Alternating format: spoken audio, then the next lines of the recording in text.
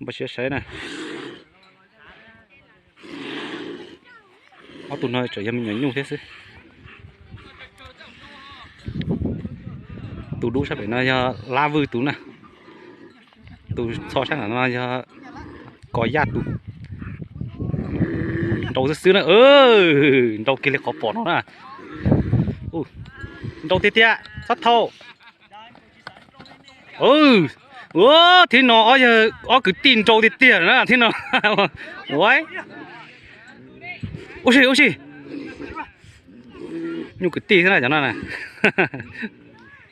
đi ba cái tì chỉ tu xin nó với hợp lý mẹ chị tứ chi thả chị ta su nó mà cho nhau xin trâu này chúng mà óc khu xí ta chỉ mới nhận trâu bỏ nó na nhưng nó chỉ nhau kia liền ta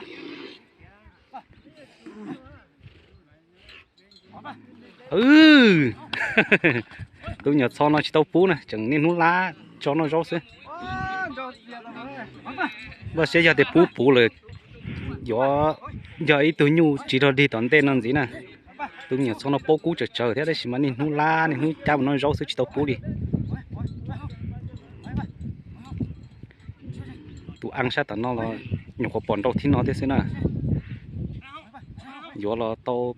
cái màn ý liền đó liền nó chỉ tao cho bên luôn nó cũng chỉ tao sản đâu đó thì nó cũng cho tiền rau rồi nè ship phí chấp tới đó thôi nó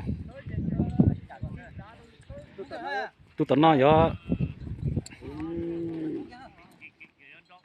chơi ăn đâu cho luôn rồi我的爹了，那真那就起了，又还我爹忘了，还能，我估计给看没了，这里就家，可能的可能老手就家，打到，哎呀，那现在养个呢，到了得牛个地呢，喊到里闹呢哈，牛个地呢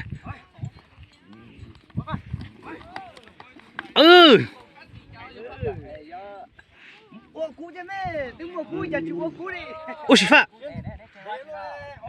ôi giờ non đầu tiệt chấp lớn này nè, ôi yêu, thế khó nhét thế nên đi kia bớt chơi rồi, yêu用着人家真哦，ôi yêu, nói muốn nó thế là, ôi,我连念到了我哟，老姐爹爹nó bé giờ gì tu nó, bé đi bán gì tu chứ nhưng老姐thế nhung là nhung gì tu ha, họ chỉ là cưng rồi đó gì. Lo gì thôi là chỉ tao bận đâu lên nữa tí nó đừng đâu nữa có tiền rồi đó ôi trời tròn ra đồ cũ luôn thế dùng xe đâu nó tiền đâu rồi ta